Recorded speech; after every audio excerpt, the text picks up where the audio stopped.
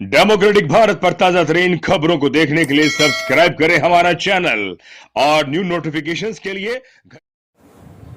नमस्कार, मैं महेश वर्मा। डेमोक्रेटिक भारत पर हम पिंकी की जो हत्या की गई है, ऑनर किलिंग, उस मामले की पूरी तहकीकात करने और रिपोर्ट करने के हम दोस्त आए हुए हैं। मेरे साथ हैं यहाँ पर गोपाल वर्मा जी, जो सामाजिक न्याय एवं विकास समिति के सचिव हैं, जो इस पूरे मामले को देख रहे हैं एक ह्यूमन राइट्स एंगल से कि आखिर इसके जो एक सामाजिक जो पक्ष है और साथ में प्रशासनिक जो पक्ष है उसमें कहाँ कमी रह गई है, इस पूरे मामले के बारे में। और हाईकोर्ट ने जो एक ऑर्डर दिया उसके बाद भी पुलिस ने वो कार्रवाई उचित नहीं की। गोपाल जी, बहुत बड़ी जघन्य अपराध हुआ दौसा के अंदर, सुर्खियां बनी हुई मीडिया के अंदर। हम आपसे जानना चाहते हैं कि हाईकोर्ट का जो ऑर्डर था उसके बाद में दौसा पुलिस ने जो रोशन महावर है विक्टिम, हम उसके घर जाके आए, उनसे बात करी। पिंकी की हत्या कर दी जाती है, उसके पिता उसको अगवा करते हैं घर से, परिवार वाले, और ऑनर किलिंग कर दी गई है। पुलिस कहाँ कमजोर पड़ गई, पुलिस ने क्या लापरवाही करी, उसके बारे में आप हमें बताएं। देखिए, इन दोनों जो प्रेमी युगल हैं, इनका आपसी प्रेम संबंध था, लगभग 2 वर्ष पहले से बना हुआ था। लेकिन जब इसकी 16 फरवरी को शादी हुई, तो शादी के बाद में लड़की नहीं चाहती थी, जबरदस्ती से घर वालों ने इसकी शादी की, वो उसके पक्ष में नहीं थी।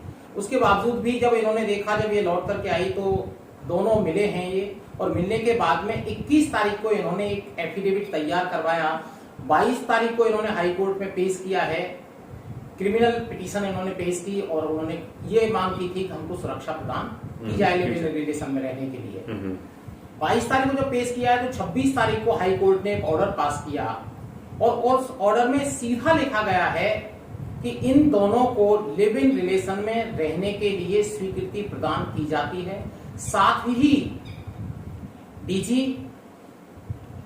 IG range Jaipur, SP Dausa और कोतवाली थाना दौसा के लिए ऑर्डर में उन्होंने लिखा कि इनको सुरक्षा प्रदान की जाए, किसी प्रकार से इनको कोई परेशानी नहीं हो, क्योंकि हाईकोर्ट में ऑर्डर हो गया।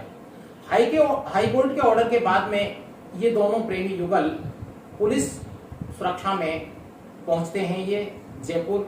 लेकिन पुलिस ने वहां भी इनको सुरक्षा उपलब्ध नहीं करवाई, केवल हाईकोर्ट से और जहां रह रहे थे वहां तक की गाड़ी में बैठा करके ले गए हैं। एक जब इन्होंने सोचा कि चलो हाईकोर्ट से हमें सुरक्षा मिल चुकी है, तो उसके बाद में ये वहां से घर पर आए 1 तारीख को, और 1 तारीख को जब आए, तो 1 तारीख को आते ही ये सूचना लड़की वालों के परिवार वालों को लगी है, और परिवार वाले इकट्ठा होकर के इनके घर पर हमला बोल दिया। इससे पहले इनके पिताजी हाईकोर्ट का ऑर्डर लेकर के कोतवाली थाने पर गए हैं, रामजी लाल जी जो हैं कोली, वो गए हैं। और रामजी लाल जी जब वहां गए हैं, तो वहां से ये कहकर के टरका दिया गया कि महिला थाने का मामला है। यदि वहीं पर इनकी ये सुरक्षा की और पुलिस पहुंच जाती, तो शायद ये घटना नहीं होती, पिंकी की अपहरण नहीं होता। पीछे से घर वालों ने आकर के उनके मकान पर हमला बोल दिया। 15-20 आदमी थे, महिलाएं भी थी। उनकी खिड़की तोड़ करके लड़की ने, क्योंकि वो नहीं चाहती थी कि मैं इन परिवार वालों के साथ जाऊं, उसने अंदर से किवाड़ बंद कर लिए, और उसके बावजूद भी इन लोगों ने खिड़की तोड़ करके और उनके अंदर कमरे में प्रवेश किया और जबरदस्ती से उठा करके ले गए। अब इसकी सूचना पुलिस को हुई, लेकिन पुलिस वाले यदि महिला थाने नहीं भेजते, वहीं से पुलिस भेज देते, तो शायद वो लड़की उनको मिल जाती घर पर, और वो कहीं उनको इतनी परेशानी नहीं होती। इसके बाद में पिंकी के घर वालों ने उस लड़की को गायब कर दिया। पुलिस ये कहती है कि लड़की को बार बार हम देख रहे हैं, नहीं मिल रही है, जबकि उसी के घर में उस लड़की की हत्या कर रहे हैं उसके पिताजी। अब अंदाजा लगाइए कि पुलिस कहां ढूंढ रही थी, उनके घर पर क्यों नहीं देखा? जब उनके घर पर वो हत्या हुई है, तो पुलिस ये कैसे कह रही है कि हम उसको ढूंढ रहे हैं? इसका मतलब वो लड़की घर में थी या जहां भी थी, लेकिन उस रोज उन्होंने क्यों नहीं पुलिस सुरक्षा उपलब्ध करवाई? तीसरी चीज हम ये कहना चाह रहे हैं कि जब इनके पास सूचना आ गई, तो सूचना के बावजूद भी इन्होंने, पुलिस की हमेशा रहता है कि जब घटना हो जाती है उसके बाद में सुरक्षा उपलब्ध करवाती है, उससे पहले यदि उपलब्ध करवाती तो शायद ये लड़की बच जाती। एक और भी बात इसमें सामने आई है, वो ये है कि एसपी और डीवाईएसपी दोनों बार बार उनके स्टेटमेंट में न्यूज़पेपर में भी देख रहा हूं, बार बार ये कह रहे हैं कि लड़की नहीं मिल रही है, हम कोशिश कर रहे हैं। इनकी एफआईआर हुई है 1 तारीख को, इसकी 3 तारीख को ये आए हैं, 3 तारीख को इनकी एफआईआर हुई है, वो लड़की मार दी जाती है। इस बीच में जो एफआईआर की है पीड़ित परिवार ने, जो कोहली परिवार है उसने, उस पर कोई कार्रवाई नहीं होती, किसी भी एक भी व्यक्ति को गिरफ्तार नहीं किया जाता है। ये सबसे बड़ी लापरवाही है पुलिस की। यदि गिरफ्तारी हो जाती तो शायद ये लड़की नहीं मारी जाती, क्योंकि वो जितने भी एक्यूज्ड हैं वो गिरफ्तार हो जाते तो इसकी मौत नहीं होती। लेकिन पुलिस ने भी इसको पीछा छोड़ दिया। डीवाईएसपी का ये कहना, चूंकि मैं जब फैक्ट फाइंडिंग के लिए गया था तो मेरी रोशन से बात हुई है, जो पीड़ित युवक है दलित, उससे वो ये कहता है कि साहब मैं जब डीवाईएसपी के पास गया तो वो ये कहते हैं कि जिनकी बेटी है वही तो ले गए, उसी का बाप तो ले गया है, तुम क्यों चिंता करते हो, तुम बैठो, पुलिस अपना काम कर रही है। पुलिस ने ये काम किया कि उस लड़की की हत्या करवा दी। कहीं ना कहीं मैं ये कहता हूं कि पुलिस का इसमें किसी ना किसी प्रकार से डायरेक्ट नहीं तो इनडायरेक्ट रूप से ये समर्थन था कि दलित युवक एक गैर दलित लड़की को ले गया है, ये गलत है। उनका सोच भी, उनका एंगल है, वो भी फ्यूडरल है, मैं ये कहूंगा आज भी सामंतवादी सोच है उनकी, और ये सोच है वो उस सोच के कारण ही उनके परिवार वालों ने मारा, और इसी सोच के कारण पुलिस ने सही तरीके से कोई कार्रवाई नहीं की। एफआईआर दर्ज होती है, एफआईआर में सीधा सीधा लिखा है उन्होंने कि हमें जाति सूचक गालियां दी गई, हमारे साथ अपमान किया गया, लेकिन पुलिस ने 31R और 31S जो सेक्शन लगने चाहिए थे SC/ST एक्ट के, वो नहीं लगाए हैं। हमने मांग की है कि ये सेक्शन इसमें जोड़े जाएं। इसके अलावा अब चूंकि उस परिवार का, कोहली परिवार एक परिवार है पूरी कॉलोनी में, और लगभग 170 एक्यूज की जो जाति है, मानी जाती, उसके परिवार हैं, वो अपने आप को आज भी सुरक्षित नहीं समझ रहा है। जो लड़की के पिता हैं उनके रिश्तेदारी भी उस कॉलोनी में है। ऐसी स्थिति में 2 पुलिस वाले, वो भी अंदर बैठ करके चाय पी करके चले जाते हैं, क्या सुरक्षा हो रही है उनकी, समझ नहीं पा रहे हैं हम। आज वो कितने दिन तक सुरक्षा देंगे?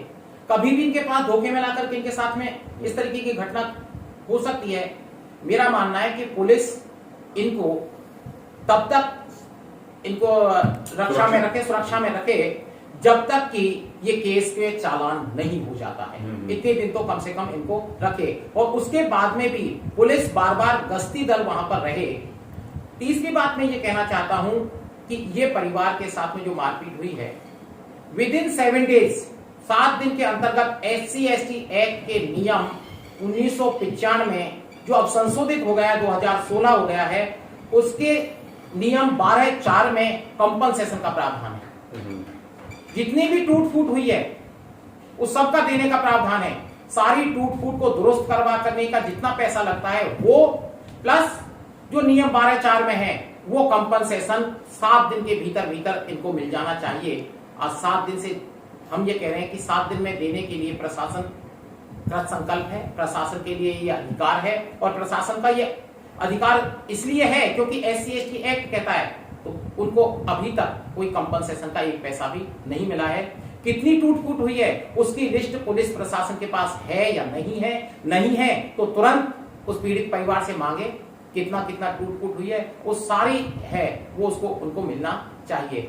आज जब वो आते हैं जाते हैं उनको पुलिस सुरक्षा है, लेकिन अन्य समय भी वो कहीं बाहर जाते हैं तो भी उनको पुलिस सुरक्षा दी जाए।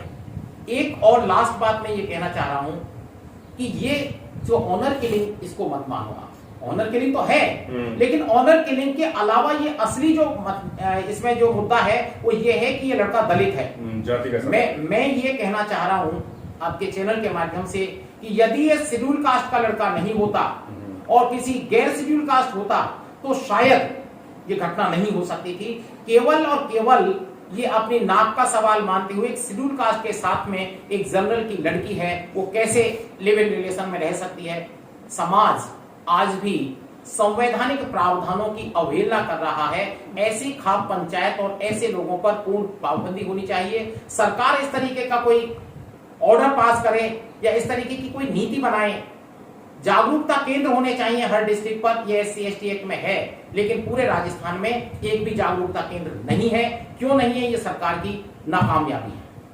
मैं लास्ट ये भी हो सकता है कि ऐसी स्थिति में इस परिवार को सामाजिक रूप से जो सहयोग मिलना चाहिए वो भी मिले, और दूसरे समाज के जो लोग हैं वो भी इसका विरोध करें, क्योंकि ये ऑनर किलिंग है, ये बहुत गंदी चीज है। कहीं पहली बार दौसा में ऐसा हुआ है, इससे पहले कोई ऑनर किलिंग का मामला कभी सामने आया नहीं। समाज को अगर देखें, अगर पीड़ित परिवार का और जो बेटे के समाज के लोग हैं उनकी तरफ से कोई ऐसी कोई बड़ी मुहिम या कोई ऐसी जागरूकता नहीं दिखी। आप खुद कह रहे हैं, और कई बार ऐसे भी खबर आ रही है कि जो बेटी है, जो लड़की है जिसकी हत्या हुई है, उनके समाज के लोग कह रहे हैं कि ये बहुत बड़ा हुआ, अच्छा हुआ, हम भी अगर ऐसा हमारे साथ बेटी के साथ होता तो हम भी हत्या कर देते। तो आपको लगता है कि समाज वही उसी कबलाई स्थिति और सामंतवादी स्थिति के अंदर है अभी भी? देखिए, कई बार हमारे साथी लोग भी इस बात को कहते हैं, और बहुत से एक बात चलाई जाती है कई पॉलिटिकल मुद्दों पर कि बहुजन। मैं कहता हूं कि ये बहुजन की बात करते हैं, कभी 85% की बात करते हैं, कभी दूसरी बात करते हैं। आप देखिए, शेड्यूल कास्ट के साथ में राजस्थान में यदि सबसे ज्यादा अत्याचार है तो OBC के द्वारा है, फिर हम ये कैसे बहुजन की बात कर लेते हैं? तीसरी चीज ये है कि ये लोग सामाजिक रूप से कह रहे हैं, सैनी समाज ने इकट्ठा होकर के और ज्ञापन दे दिया है, लेकिन दलित समाज के इतने समाज यहाँ पर, बैरवा समाज का भी काफी बाहुल्य है, रैगर समाज का बाहुल्य है, कोली समाज भी यहाँ पर है, वाल्मीकि समाज के यहाँ पर लोग हैं, और दूसरे समाजों के जो लोग हैं। अरे मैं ये कह रहा हूं कि दलित समाज की बात नहीं, हर समाज के व्यक्ति को इसका विरोध करना चाहिए। लड़की को अपने आप में स्वतंत्रता देनी चाहिए। कल 8 तारीख को अंतर्राष्ट्रीय महिला दिवस मना रहे हैं, और महिला दिवस मनाने के साथ में हम वहां बहुत बड़ाई करेंगे, स्टेज पर चढ़कर के महिलाओं के पक्ष में बहुत सारी बात करेंगे, जेंडर समानीकरण की, जेंडर संवेदनशीलता की बात करेंगे, और हम दूसरी तरफ ये कहते हैं कि नहीं, हम लड़की को कोई स्वतंत्रता नहीं देंगे। आप एक तरफ महिला सशक्तिकरण की बात करते हैं, अंतर्राष्ट्रीय महिला दिवस मनाते हैं, और दूसरी तरफ अपने घर की महिलाओं को, अपने घर की बेटियों को बराबर का जब हिस्सा नहीं दे रहे हैं, या बराबर का उनको सम्मान नहीं दे रहे हैं, तो ये अंतर्राष्ट्रीय महिला दिवस केवल नाम मात्र का और अखबारों में छाने के लिए, फोटो खिंचवाने के लिए है, बाकी महिला दिवस नहीं है। मैं तो एक बात और भी कहना चाहता हूँ, हमारे यहाँ मंत्री जी हैं, हमारे यहाँ की समाज कल्याण मंत्री, हाँ, मंत्री जी को, हाँ, मैं मान रहा हूँ कि मंत्री जी को इतना अच्छा पद दे रखा है, महिला और बाल कल्याण। अब महिलाओं का कैसे कल्याण होगा, वो चीज भी उनको आकर के पीड़ित परिवार के साथ में उनको संवेदनशीलता देनी चाहिए। इस मुद्दे पर मंत्री जी का कोई बयान नहीं है। मैंने न्यूज़पेपर जहां तक देखे हैं या टेलीविजन में मैं जो देख रहा हूं, मंत्री जी का ऐसा कोई बयान नहीं आया है, या किसी भी राजनीतिक व्यक्ति का कोई ऐसा बयान नहीं आया है। संवेदनशील बयान जैसे संवेदनाओं का कोई बयान नहीं आया, कोई बयान नहीं आया। राजनीतिक बयान, हाँ, ये राजनीतिक या गैर राजनीतिक इस तरीके का बयान नहीं आया है। सामाजिक रूप से कुछ लोग हैं जो अलग अलग तरीके की बात कर रहे हैं। सैनी समाज के लोग कुछ मिले हैं प्रशासन के साथ में, वो अपनी मांग रख रहे हैं। अब जो भी है, लेकिन एक पक्का है कि एक दलित लड़के के साथ में गैर दलित लड़की का प्यार इस समाज को स्वीकार्य नहीं है। बिल्कुल है। हाई कोर्ट की जो कॉपी है वो एक बार आप दिखा सकते हैं कैमरे पर, जो सरकार ने हाई कोर्ट ने प्रोडक्शन के लिए दी थी। ये शपथ पत्र है जो लड़की के द्वारा दिया गया है। ये लड़की ने शपथ पत्र दिया है कि मैं बालिग हूं और इसके साथ में रहना चाहती हूँ। ये शपथ पत्र है उस लड़की का। दूसरा, इन दोनों का जो है, दोनों ने ये सहमति पत्र दिया है कि हम दोनों सहमत हैं और किसी भी प्रकार से हम एक दूसरे से अलग नहीं हैं, हम साथ रहेंगे, कभी साथ नहीं छोड़ेंगे। ये ऑर्डर की हाई कोर्ट के ऑर्डर की कॉपी है, और इस ऑर्डर में उन्होंने क्लियर किया है सारी चीजें। ये आप देखेंगे यहां पर कि इसमें ये डीजी के लिए है, ऊपर वाला जो पहला उन्होंने डीजी को ऑर्डर दिया है। हाँ, दूसरी जो ऑर्डर किया है वो आईजी रेंज के लिए है, तीसरा एसपी दौसा के लिए है, और चौथा उनका है वो कोतवाली के लिए है। उन्होंने पीपी के लिए भी ये कहा है कि आप ये सारी सूचनाएं संबंधित इनको भिजवाई जाए। ये इसके अलावा इनके परिवार वालों को भी दिया है, ऐसा नहीं है। ये जो हैं बाबूलाल और प्रकाश, ये दोनों इनके भाई हैं, लड़की के भाई हैं ये दोनों, और इनके पिता, इनको भी ये आदेश जारी किया है कि आप इनकी सुरक्षा में किसी प्रकार का कोई दखल नहीं डाल सकते, उनको भी ये ऑर्डर किया है। तो ये इतना अच्छा ऑर्डर उन्होंने किया है, उसके बावजूद भी इन लोगों ने जिस तरीके से घटना हो जाती है, घटना हुई है, उस पर कहीं ना कहीं मैं फिर कहना चाहूंगा कि पुलिस प्रशासन इसकी जिम्मेदार है। यदि पुलिस प्रशासन समय पर चेतता तो शायद ये ऑनर किलिंग की घटना नहीं। गोपाल जी, आप लंबे अरसे से सामाजिक कार्य कर रहे हैं और जागरूकता का अभियान चला रहे हैं। इस मुद्दे पर पुलिस की जो लापरवाही रही है, क्या आपको लगता है कि इस तरह के तमाम मामले होते हैं, हम जो पीड़ित है और जो जिसने अपराध किया वो जेल चले जाता है, लेकिन इसमें बड़ी लापरवाही पुलिस की रहती है? अभी तक कोई ऐसा मामला दिखा कि पुलिस को सजा हुई हो या उनको लाइन हाजिर किया गया हो? हाँ, देखिए, हालांकि कितने मामले ऐसे होते होंगे? नहीं, आईपीसी में भी प्रोविजन है, 166A और 217 इसीलिए बनी है। कोई भी लोक सेवक यदि अपने कर्तव्य की उपेक्षा करता है तो ऐसे लोक सेवक को 3 वर्ष की सजा है, ये प्रोविजन है। ऐसे ही SC/ST एक्ट में सेक्शन 4 भी यही बात कहता है कि यदि दलित अत्याचार के मामलों में कोई भी पुलिस प्रशासन या कोई भी लोक सेवक यदि अपने कर्तव्य की उपेक्षा करता है तो 5 वर्ष की सजा है उसके लिए। अब मैं ये कहता हूं कि इसमें तो सीधी सीधी उपेक्षा है।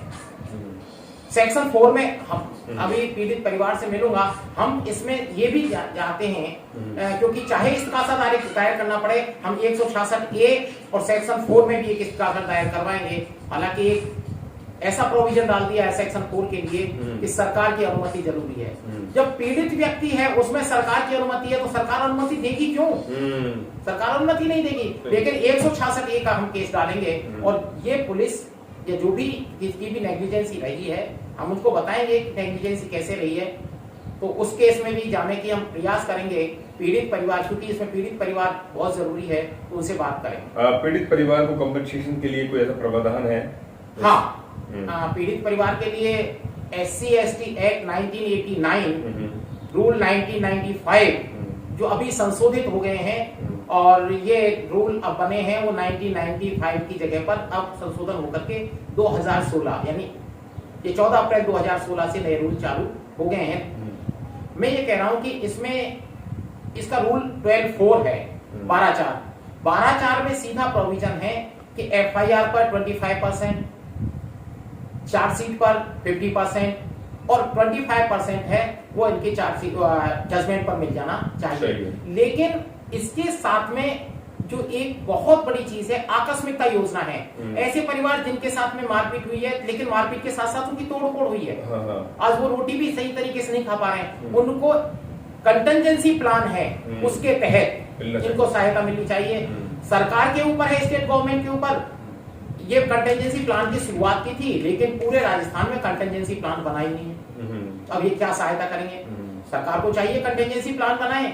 और ऐसे बहुत सारे मुकदमे हैं, बहुत सारे केसेस हैं जब मर्डर हो जाता है, आग लग जाती है, उनमें तुरंत उनको राहत की जरूरत है, बिना कंटिजेंसी प्लान के दे नहीं पाएंगे, कंटिजेंसी प्लान नहीं पड़ा है। तो ये जो आकस्मिकता योजनाएं ये बनानी चाहिए सरकार को, और आकस्मिकता योजना बन जाएगी तो उसके तहत फिर सरकार को देना पड़ेगा। लेकिन ये योजनाएं नहीं बनाई है, जागरूकता केंद्र हैं वो नहीं बनाए हैं, ब्लॉक लेवल पर जो मॉनिटरिंग और विजिलेंस कमेटी होनी चाहिए वो नहीं बनी है। एक्ट तो नया बन गया लेकिन एक्ट के आधार पर जो बनाना चाहिए सरकार को नहीं कर पा रही है। जिले की मॉनिटरिंग विजिलेंस कमेटियां है वो नहीं हो पा रही है, नहीं है। एक्ट का जो हो रहा है उसका बहुत कम हिस्सा है जिसका कि हो पा रहा है, वो भी दबाव में आकर के ये कर रहे हैं। बाकी सरकार का भी इस तरीके का कोई है भी नहीं।